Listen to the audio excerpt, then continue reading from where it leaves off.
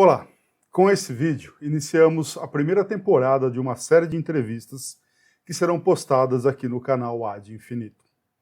Nessas conversas, abordaremos de maneira bastante informal e de modo não técnico os trabalhos de pesquisadores que contribuem para o desenvolvimento da lógica, dos fundamentos da matemática e de áreas correlatas. Nessa primeira conversa, o Alfredo entrevista o professor Walter Carnielli, e eles discutem, dentre uma série de outros assuntos, acerca das semânticas de traduções possíveis. Pegue um café e aproveite a conversa. Olá, professor Walter. Muito obrigado por aceitar o nosso convite para fazer essa entrevista. Eu vou começar com uma curta apresentação do professor Walter. Ele tem um currículo extenso, ele foi graduado em matemática na Unicamp, com mestrado e doutorado pela mesma universidade.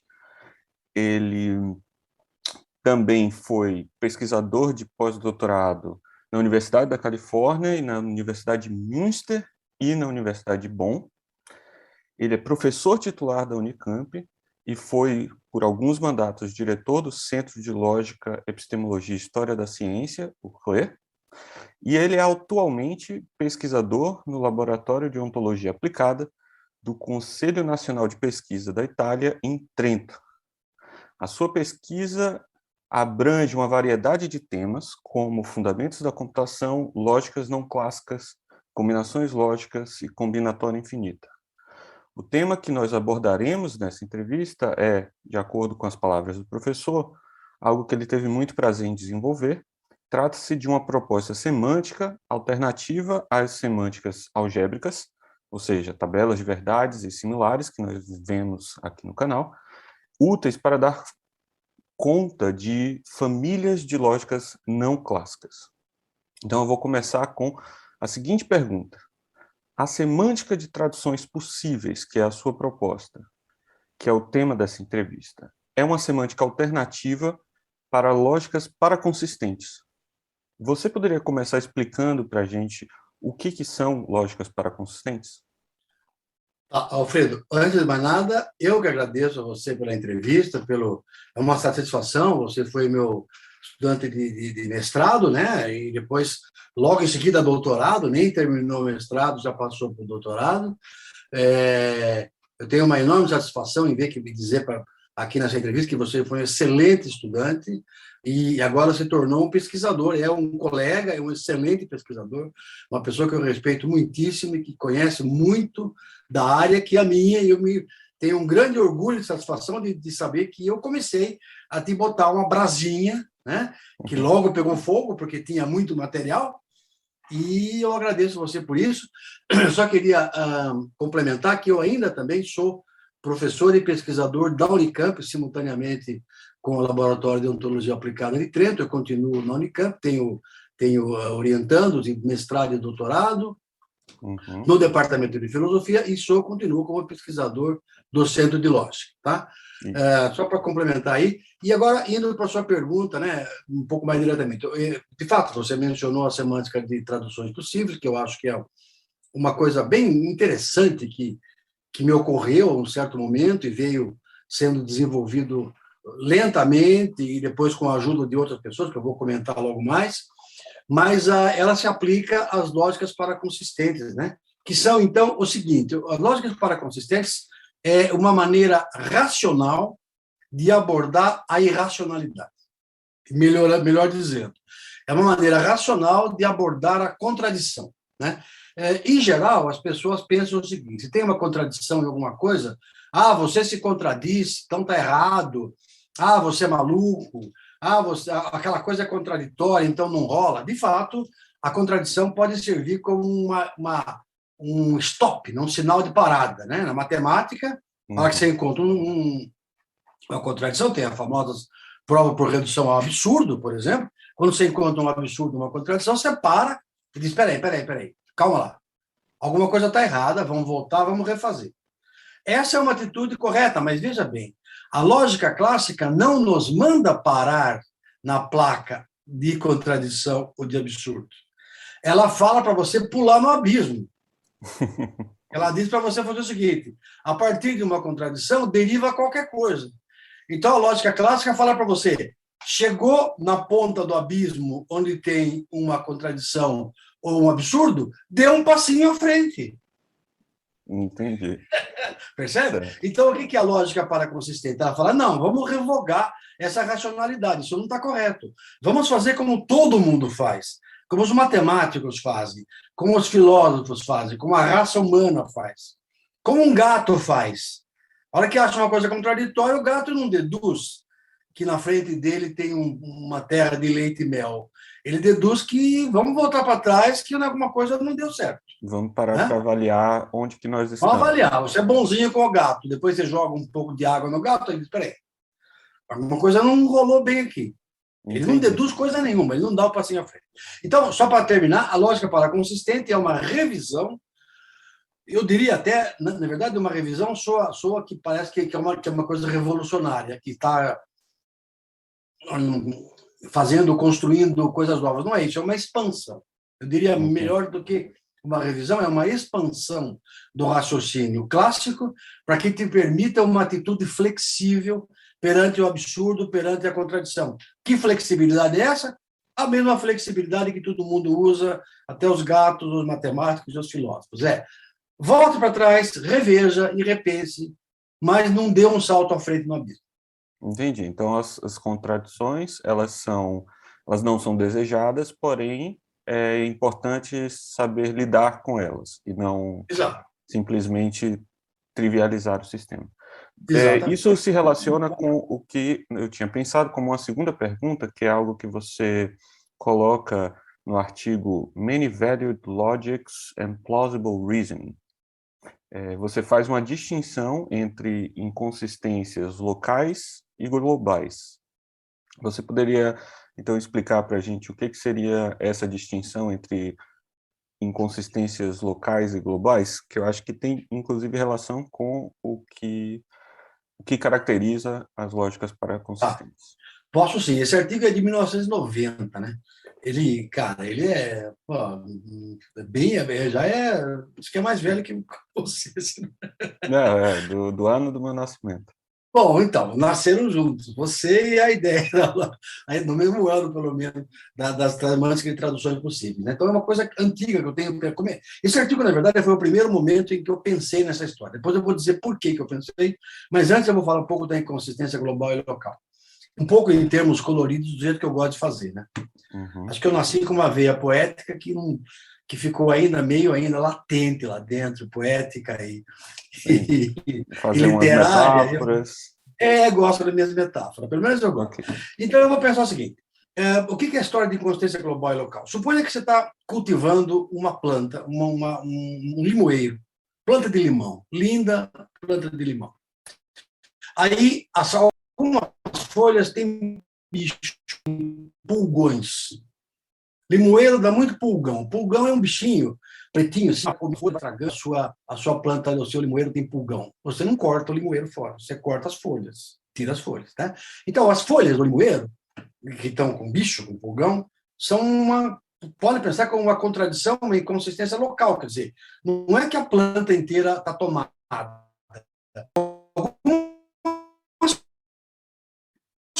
Algumas premissas, contradições, mas minado inteiro. Então, você corta as folhas. Mas aí, ao mesmo tempo, tem uma parábola melhor, mais interessante, que é a seguinte: por que o pulgão está lá? Porque ele é malvado? O pulgão não está vendo que eu tenho que dar limão para a raça humana comer? O pulgão não gosta de gente? Não, o pulgão não tem nada a ver com jeito ou menos jeito. O pulgão gosta dele. É uma luta pela vida. Você quer que a planta cresça lindamente para você colher limões e distribuir para os seus irmãos e irmãs humanos. O pulgão quer que a folha alimente ele e elas e os pulgões. Né? Então, é uma luta pela vida. É isso que é o problema. Então, a contradição não aparece lá porque ela é maldosa, diabólica ou demoníaca. Ela aparece por força das pressões que existem para construir a verdade. As coisas têm 2 lados, às vezes, 3 lados. Todo juiz sabe disso, por isso que ele ouve testemunha dos 2 lados. Né? Então, as coisas têm pressões. A verdade sofre pressões. Raramente ela é linear. Numa demonstração matemática, ela é muito mais fluida. Mas na vida real, quando tem tempo, valores, estética, ética, justiça, o que quer que seja misturado, ela é muito mais complexa. Então, a contradição está lá para isso. O que a gente tem que fazer? Quando a coisa tem contradição, não é global, o sistema não tem que ser jogado fora. Um sistema de computador, uma base de dados, eu não tenho que destruir a minha base de dados, eu tenho que ver aonde está o negócio, fazer uma cirurgiazinha. Não é que eu deseje a contradição, nem que eu goste dela, mas eu tenho que ter uma atitude racional de suportá-la, de ir lá tentar curar essa contradição sem matar o negócio inteiro, né? Essa é a ideia da inconsistência ou contradição global e local. Quer dizer, eu tenho que reconhecer que pode ser que seja globalmente errado o negócio, nada funciona, mas, em geral, não é globalmente absurdo, globalmente contraditório, é localmente só. Então, contradições locais seriam aquelas que são toleráveis, enquanto as contradições globais seriam aquelas que nos levariam para o abismo, como você colocou. Pode ser, é uma possibilidade, mas aí tem mais uma coisa que tem que ser vista, o que é interessante nessa semântica e que é interessante na nossa maneira de ver a lógica paraconsistente, que é a seguinte: as contradições não têm o mesmo valor, não são todas iguais. Para a lógica clássica, aquela lógica que pede que se pule no abismo, qualquer contradição é igual a outra. Se eu tenho uma contradição, pensando assim, está calor hoje, e depois, momentaneamente, eu digo, não está tão quente assim, é uma contradição local irrelevante. Essa é uma contradição diferente do que a minha conta bancária, que tinha 10 mil reais, amanhã cedo tem 1. É uma contradição muito mais grave, me parece, do que se está calor ou não está calor, né? Então, as contradições têm valores, elas não são a mesma coisa, elas não são todas do mesmo valor. E a lógica paraconsistente, essa semântica, nos permite graduar um pouco digamos assim, o perigo, a complicação, a complexidade da contradição. Não tem uma medida, não tem uma régua universal. Eu não tenho um contraditômetro, assim, um método universal que diga, essa aqui mede 0,47, essa aqui 0,58. Eu não tenho isso, mas por comparação entre uma e outra, né, como se faz em matemática, nas ordens parciais, eu consigo entender que, eu não sei a medida, mas sei que uma está pior que a outra. Entendi. Eu acho que isso explica bastante bem. Entendi. E, certo, então você propôs, para tentar capturar essas intuições, você propôs uma semântica alternativa nesse artigo que a gente estava falando. E quais seriam, então, o problema das semânticas que tínhamos disponíveis e qual seria, então, nesse caso, a motivação, a intuição que você usou para propor ou começar a propor essa semântica? A ideia foi o seguinte, né? As semânticas usuais que se usavam, né, naquela época para a lógica paraconsistente era chamada semântica de valorações. O que ela diz? Ela fala o seguinte: bom, simplesmente para entender que tem uma contradição, você vai dizer que uma coisa tem uma certa asserção A tem valor 1 e a negação dela também tem valor 1. As duas têm valor 1 matematicamente. Então, aí você olha para aquilo ali e diz o seguinte: mas o que significa isso? Como é que eu explico isso para uma máquina, para um computador? Como é que eu enfio isso dentro de uma... Você podia perguntar também como é que eu explico isso para um filósofo, como é que eu explico isso para Aristóteles, ou para Platão, ou para Sócrates, que é mais difícil ainda, né? Explicar alguma coisa para Sócrates não é muito fácil. Como é que eu explico isso para uma pessoa que quer realmente entender o problema? Como é que eu explico isso para uma máquina? Como é que eu digo para a máquina, olha, máquina, aqui, quando está dizendo isso aqui, eu quero dizer isso, tá? Tem uma explicação por trás. Ou ainda, como é que eu explico isso para um extraterrestre? Um alienígena, né? Que diabo é isso? Que não tem a mesma linguagem. Não tem a mesma linguagem, não tem o mesmo fundamento que a gente, não tem a mesma história, a mesma cultura. Então, o que é? E isso foi uma pessoa. Eu já pensava nisso, mas uma pessoa me fez uma pergunta que foi o professor Luiz Farias del Cerro, de Toulouse, muitos anos atrás. Ele falou assim para mim: Walter, mas como é que... Eu adoraria aplicar a lógica paraconsistente em tudo, mas eu não consigo aplicar em nada porque a máquina não entende o que eu estou falando. Me dá um jeito da máquina entender. Aí eu pensei, mas como é que eu explicaria isso para uma máquina? Aí eu tive a seguinte ideia. Peraí, eu diria o seguinte para a máquina. Não é que tem uma maluquice no meio, está diferente. E esse ponto de vista diferente pode ser dois agentes diferentes, ou pode ser eu mesmo. Enquanto o mesmo agente, pensei uma coisa, daqui a pouco eu pensei outra, porque eu mudei de ideia, porque eu adquiri outros conhecimentos, ou perdi uma coisa que eu achava que era boa. Enfim, mais tarde, naquela mesma época, estava saindo a ideia da belief revision, né? A revisão de crenças. O que é revisão de crenças? Não é nada irracional você modificar suas crenças. Eu acredito no Saci Pererê hoje, depois do dia 31 de outubro, se ele não aparecer aqui para mim, eu vou ficar em dúvida. Eu posso revisar minha crença sobre o Saci. Dia 31 é o dia do Saci. Então, eu posso revisar minha crença, não tem problema nenhum. Não é irracional, tem até uma lógica. Tem um procedimento matemático para você revisar suas crenças e voltar a ganhar a razão, voltar a ganhar a racionalidade. Né? Então, nessa mesma toada, mas independente da Belief Revision, eu só estou falando do Belief Revision porque é algo também contemporâneo, né? Que mostra que está na mesma direção. Mas naquela época eu pensei o seguinte, está aí a ideia. A ideia é que não é loucura, não é maluquice, nada. A ideia é que tem cenários diferentes. E como é que tem cenários diferentes? Aí a ideia foi a seguinte, bom, tem cenários diferentes se eu pensar que uma mesma proposta, uma mesma proposição, uma mesma statement, né, lógico, ele pode ser traduzido de diferentes maneiras para diferentes participantes do jogo. Né? Então, é como se fosse um jogo, eu tenho uma asserção no meio, essa asserção, um camarada que tem uma certa lógica L1 entende de um jeito, outro que tem uma lógica L2 entende de um jeito, de outro jeito, outro que tem uma lógica L3 de outro jeito. E aí tem... E aí eu penso o seguinte, qual é a ideia de ser um teorema, de ser uma tautologia, né, nessa sociedade, se todos os entendimentos convergem, se todo mundo fala, tá, no meu entendimento é ok, no meu também, no meu também, no meu também, pronto. É uma semântica de democracia, digamos assim. Né? E é por isso que isso capturaria certas inconsistências sem causar explosão. Exatamente. Agora, é um remédio universal? Ele resolve todas as inconsistências, todas as contradições? Talvez não, mas resolve muitas daquelas que são originadas pela linguagem e pela máquina de expressividade que a gente tem, que está na matemática, que está na estatística, que está na inteligência artificial, na base de dados, na teoria do conhecimento, né, etc. Entendi. Você poderia falar como que você pensaria um exemplo simples, algo como está calor e não está calor? Como que você entenderia isso dentro dessa semântica?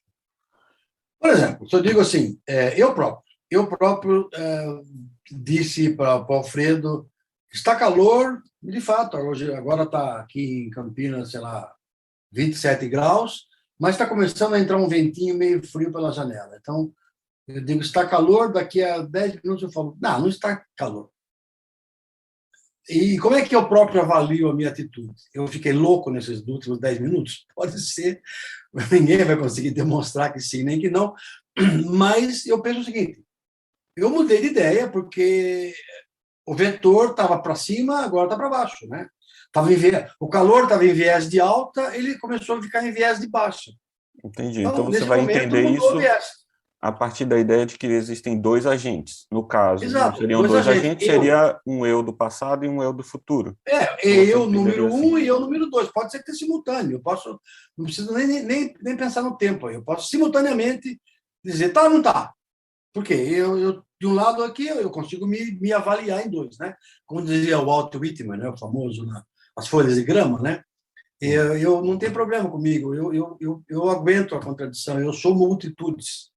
Eu não sou um só. Então, se você é vários, esses vários certamente vão ter certas contradições. Isso não é um problema de psicanálise. Não estou dizendo que você está com um problema psicanalítico de múltipla personalidade.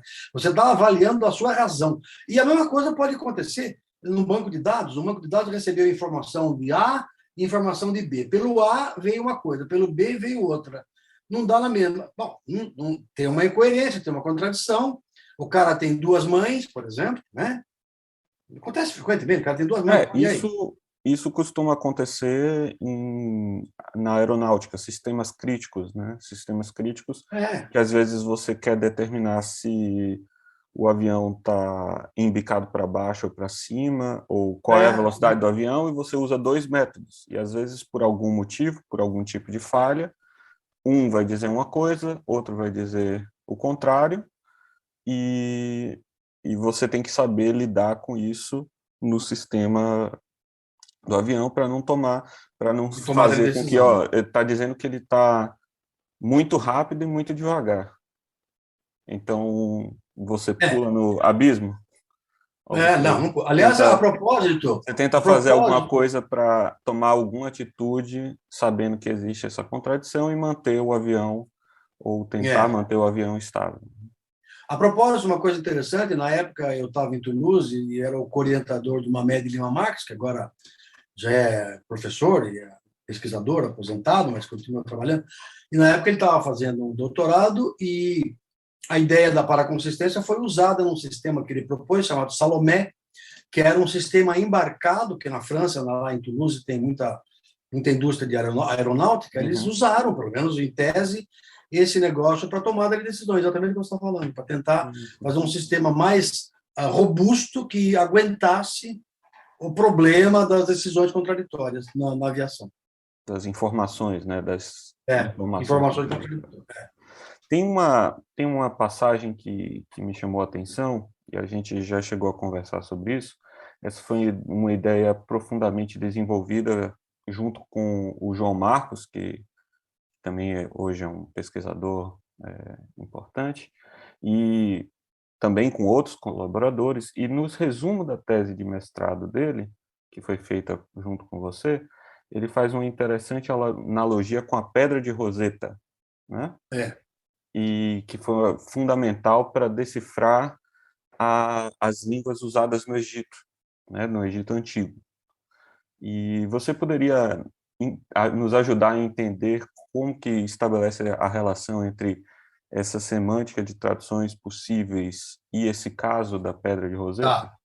Tá, eu vou comentar, mas antes eu só queria lembrar, de fato, o João Marcos, eu quero lembrar aqui que essa ideia das lógicas da inconsistência formal e da semântica de traduções possíveis e da probabilidade ligada com lógica paraconsistente, tudo isso aí é uma ideia aqui do nosso grupo, basicamente, de Campinas, né, com a colaboração de pessoas como o João Marcos, que era meu aluno de mestrado na época, muito entusiasmado. Eu já vou comentar a ideia dele da Pedra de Roseta, o Marcelo Conilho, a Ítala do Otaviano, várias outras pessoas que aqui em Campinas começaram, hoje em dia está muito bem difundido isso, a Juliana Bueno Soler, que depois entrou também um pouco com a questão da álgebra, da algebrização da lógica paraconsistente, que é outro problema, e depois, junto comigo, com a questão das probabilidades ligadas em lógica paraconsistente. Eu devo dizer que, francamente, sem muita modéstia, que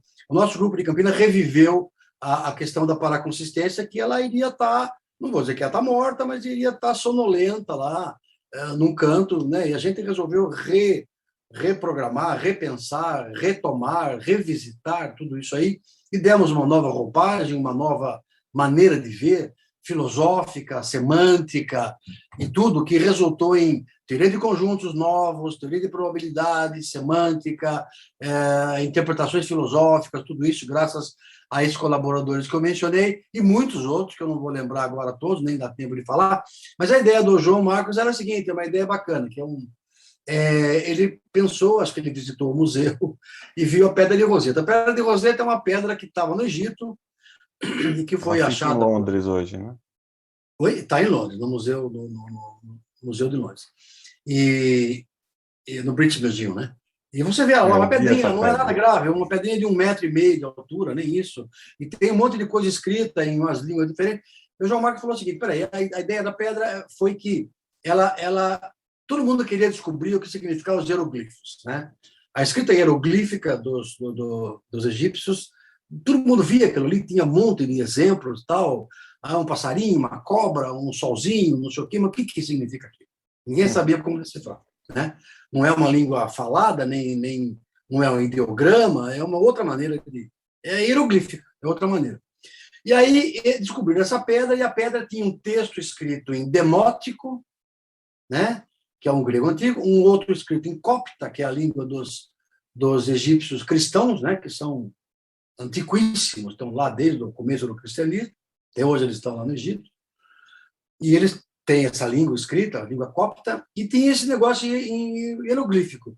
E aí alguém teve uma seguinte ideia genial: e se os três textos se referissem à mesma coisa? São traduções da mesma coisa. E se? Quem garante? Não sei, mas olha, vamos ver. Olha, o demótico e o copta mais ou menos bate. Vamos fazer uma hipótese, que o demótico e o copta também é a mesma coisa que está escrito em hieroglifo.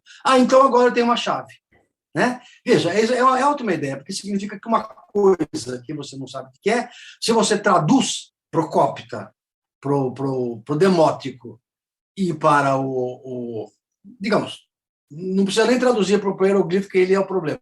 Mas se você traduz se você admite que uma interpretação dele é o que está em copta e uma outra interpretação dele é o que está em demótico, então com as duas coisas você consegue entender o que tem aquela coisa que você não entendia antes, né? Você vai juntar então, as informações de um e do outro. Exato. Mas você tem que imaginar que aquelas coisas estão traduzindo aquilo que está embaixo. O que está tentando traduzir, pelo menos. Tentando, mas está se referindo àquilo. Pode ser até imperfeitamente, mas está se referindo àquilo. E com isso foi a chave. Bom, não parou por aí, porque era uma hipótese. Depois eles verificaram que tudo que tinha, todo o resto que estava escrito em hieroglifo batia. E aí, com aquilo, eles foram descobrindo outro, que não tinha só aquele texto, não era tudo, né? Mas por um pouco de contexto, eles foram descobrindo o resto. Hoje em dia, sabemos o que os hieroglifos funcionam. Então, é uma ideia já latente da semântica de tradução possível. Quer dizer, é por isso que eu gosto da semântica de tradução possível, porque ela é uma coisa bastante universal, né? Ela é um entendimento que muita gente já manifestou em muitas ocasiões diferentes, na poesia, nos hieroglifos, etc., e no entendimento filosófico das coisas e tal, e dá uma bela semântica para entender a paraconsistência. Eu acho que ela realmente foi uma chave bacana. Entendi. Então, a ideia seria pensar que, bom, tem algo que nós não sabemos, que é essa língua, mas assumimos que ela tem alguma relação de tradução com essas outras duas, e a semântica dessa língua, dessa linguagem, o hieroglifo, vai ser dada pelas possibilidades de tradução nessas duas línguas. É assim que se conecta com essa ideia. Exato, exatamente. Quer dizer, as duas juntas, pode ser que elas não digam exatamente a mesma coisa, mas as duas juntas, em teoria, sabe como é que é? A semântica formal é perfeita e exata, mas a semântica da vida comum, dos hieroglifos dos achados arqueológicos não é perfeitamente, né? Tem uma evidências positivas boas, e mesmo que elas não sejam absolutamente perfeitas, elas dão, para mim, um entendimento em conjunto daquela coisa que eu não conheço. Me parece uma ideia muito simples.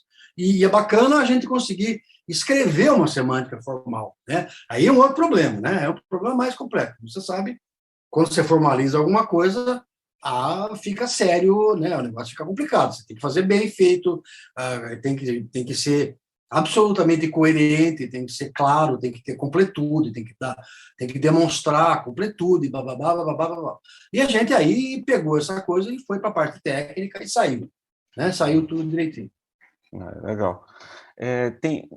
Para fechar essa nossa conversa, eu queria perguntar, que é algo que você comenta também nos seus trabalhos, que seria da ideia de que, ao usar essas traduções possíveis, você pode decompor lógicas, usar isso como uma forma de decomposição entre lógicas, pegar lógicas diferentes e decompô-las de modo a entender melhor. Como que isso funcionaria? Ok, vou tentar explicar assim, de maneira meio colorida também. Um caso especial da semântica de traduções possíveis é a semântica de sociedade. A semântica de sociedade é um caso mais restrito que funciona muito bem para lógicas de muitos valores, polivalência, né? Por exemplo, um trabalho que eu fiz com a Med Marcos, nós mostramos que a lógica para consistente P1 de 3 valores pode ser vista como uma sociedade de agentes clássicos de 2 valores. Mas eles têm umas certas regras ecumênicas aí entre eles, umas certas regras democráticas entre eles, né? As regras são muito assim abertas, quer dizer, se algum, basicamente seria o seguinte, se algum aceitar um certo entendimento, então ok, todo mundo, o grupo inteiro aceita, não precisa de maioria, né? Digamos assim, uma certa regra. A outra regra pode ser ao contrário, absolutamente estrita. Só aceitamos se tiver unanimidade absoluta. São regras de escolhas sociais. São teorias de escolhas sociais.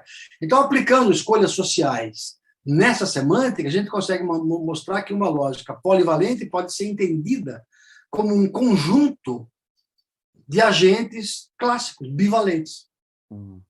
E, da mesma maneira, uma lógica quadrivalente poderia ser vista como um conjunto de agentes trivalentes. Quer dizer, aí eu tenho uma maneira diferente de entender a polivalência, uma maneira matemática, né?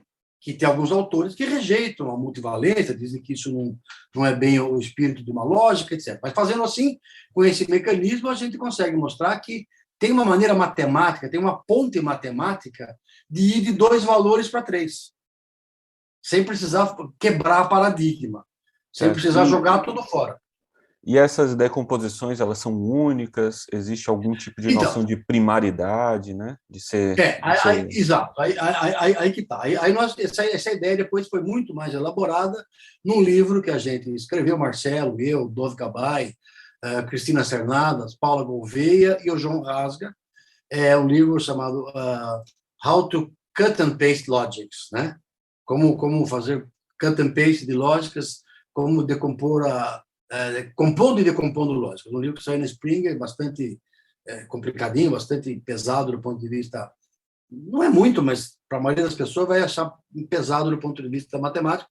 E aí a gente notou, isso foi bastante uma ideia do Amilcar Cernadas e da Cristina Cernadas na época, que se a gente pegasse a fundo a ideia de Possible Translation Semantics, semântica de traduções possíveis, e de semântica de sociedade, a gente conseguiria decompor lógicas. O que é decomposição de lógicas? A gente sabe que decompor coisas em matemática é de suprema importância, né? Se não tivesse como a gente faz com números, em decompor números primos. Exato, isso aí é a ideia do Gauss. Gauss mostrou e demonstrou, né? Demonstrou que o teorema fundamental da aritmética, que se qualquer número pode ser decomposto de uma maneira única, a menos de permutação de fatores, e números primos com potência e tal. Isso aí é absolutamente essencial. Sem isso, não tem teoria de número, não tem mais nada. Praticamente acabou o que se pode fazer com números se não tivesse isso. Então, essa ideia de decompor, e se usa em álgebra, em grupos, em corpos, em tudo quanto é coisa, também pode ser usado em lógica. Que maneira? Bom, tem a maneira do Fibry. O Gabay já tinha uma proposta, usar o Fibry. O Fibry do Gabay é uma maneira de decompor, mas é complicado e só vale para lógicas modais, né? Basicamente. Como é que nós vamos estender isso para outras maneiras, usando o Fibry algébrico, que é o Fibry do pessoal de Lisboa, devido principalmente ao nosso querido, falecido amigo Amilcar Cernadas e a Cristina Cernadas, que trabalharam muito, Carlos Caleiro também trabalhou muito sobre isso. A ideia é, então, pegar essa noção de semântica de traduções possíveis e ver se com essas traduções a gente consegue decompor lógicas. Consegue compor e decompor, né? Consegue fazer o splitting, quer dizer, a quebra, Marcelo e eu trabalhamos bastante nisso, e o splicing, quer dizer, a tessitura. Você consegue tecer, né, lógica e destecer, né? Como você pega um tecido, você tem vários fios ali, você pode compor aqueles fios, isso é o splice, e pode decompor o splitting, né? Então, nós mostramos que isso pode ser. Então, a semântica de tradução possível... Isso é feito unicamente também. Isso é feito unicamente, a maneira... Bom, unicamente é a maneira depende de algumas condições. Dados certas condições, quer dizer, a menos isomorfismo, a menos de homeomorfismo categórico, pode ver do ponto de vista categórico, dependendo da coisa, tem componentes primos, né? Componentes atômicos, por assim dizer, como os números primos. E quais seriam esses componentes atômicos? Por exemplo, lógicas trivalentes, lógica de Lukashevich, lógica P1, lógica LF1 ou J3, são quase primas, né, do ponto de vista, mas também essa primalidade é uma coisa que é relativa. Por exemplo, o número 5 é primo aonde? Nos números reais, porque se eu usar os complexos, o número 5 não é mais primo. Ele é produto de 2 mais i com 2 menos i, onde i é o complexo, é a unidade complexa, né? Então, ele é primo ou não, dependendo do corpo, dependendo do ambiente que você coloca, né? E ali também, aparece isso, dependendo das condições que você quer colocar para... Ele tem uma decomposição prima com elementos únicos, a menos da manipulação, a menos da ordem, né? E isso é interessante porque essa ideia de semântica de traduções possíveis é tão ampla que até a ideia de semântica não determinísticas, que foi uma coisa proposta pelo Arnaud Avron, que é muito interessante também, Marcelo e eu mostramos que a ideia de semântica de não determinística é um caso particular da semântica de tradução possível. E o Avron, quando viu aquilo, deu uma risadinha amarela e falou o seguinte: às vezes, casos particulares são mais interessantes do que os casos gerais. Está certo, ele não deixa de ter razão. O meu caso particular é bem interessante. É bem interessante e é um caso particular. Isso mostra apenas que a semântica de traduções possíveis é bem ampla, né? Ela é realmente muito ampla. Ela é quase tão ampla que, se a gente não tomar cuidado, qualquer coisa tem semântica de traduções possíveis. A gente tem que tomar certas restrições, né? Enquadrar um pouco o que está falando, para que não seja aí algo que seja tautológico, né? Vale em qualquer situação, então não tem muita graça. Não. E por que se chama semântica de traduções possíveis? Porque ela tem uma certa analogia assim, de família com a semântica dos mundos possíveis, né? Até hoje nós não conseguimos uma interpretação exata, tomar uma coisa que... Mas eu tenho certeza que, se alguém pesquisar bastante, a semântica de traduções possíveis e de mundos possíveis vão ser dois casos de uma mesma causa comum, né? Vai ter uma semântica de entendimentos possíveis, digamos assim, dos quais um ramo é a traduções possíveis, outro ramo é os mundos possíveis do Saul Crippen, né?